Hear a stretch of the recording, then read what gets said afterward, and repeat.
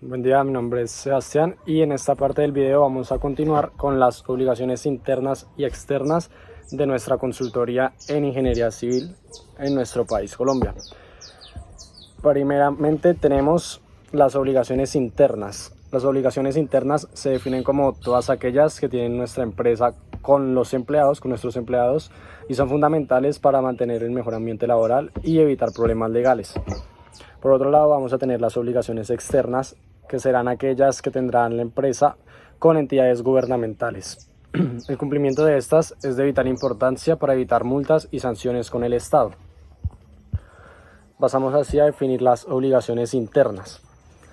Estas son contratos de trabajo, que deben ser documentos escritos que establezcan las condiciones del trabajo del empleado, como el cargo, el salario, la jornada laboral y las prestaciones sociales. Vamos a tener los mismos salarios y las prestaciones sociales, vamos a tener que definirlas dentro del contrato. Tenemos la seguridad social, que es un sistema que protege a los empleados en caso de enfermedad, maternidad, vejez, invalidez o incluso la muerte.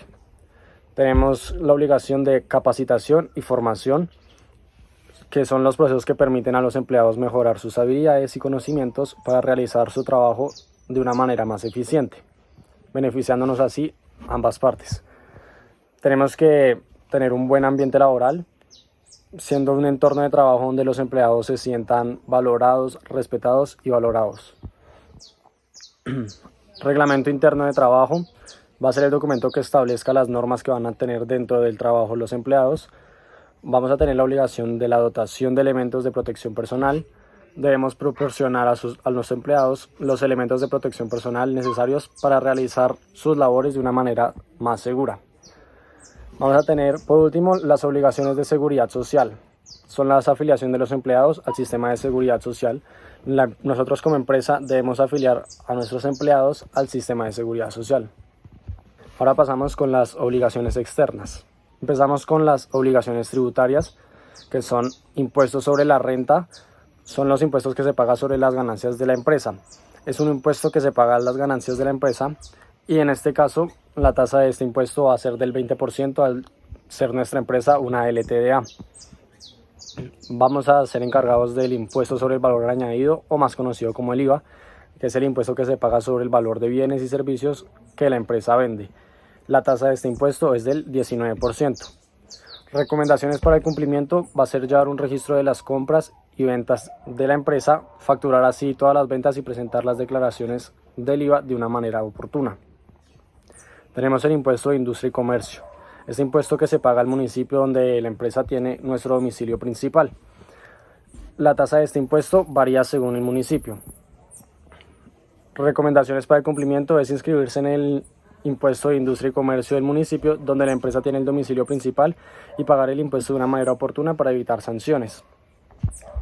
Somos también encargados de las retenciones en la fuente, que son los impuestos que se retienen a los empleados por concepto de impuesto de renta y seguridad social. Tenemos el pago de aportes a parafiscales.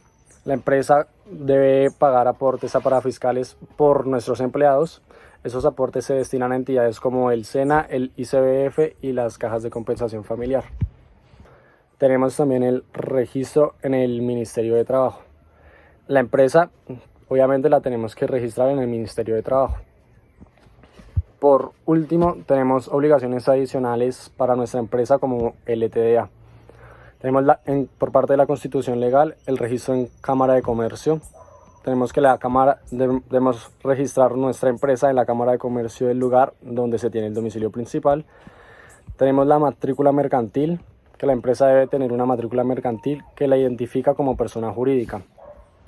Por parte de los aportes de capital, los socios deben realizar aportes de capital a la empresa. Esos aportes pueden ser en dinero, en bienes o en servicios. Tenemos la responsabilidad de los socios, que en una empresa LTDA la responsabilidad de los socios se limita al valor de sus aportes. Tenemos la administración de la empresa.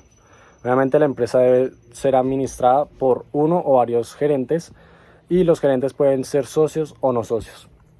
Tenemos las obligaciones contables, que la empresa debe llevar una contabilidad completa y actualizada. La empresa debe presentar declaraciones de impuestos y balances financieros ante las entidades gubernamentales. Debemos estipular qué sucede en caso de disolución o liquidación de la empresa. En la empresa, al ser LTDA, se puede disolver por varias razones como la muerte de un socio, la quiebra o la decisión de los socios mismos. En caso de disolución, la empresa debe liquidarse y pagar todas sus deudas. Debemos definir el número de socios y el capital social.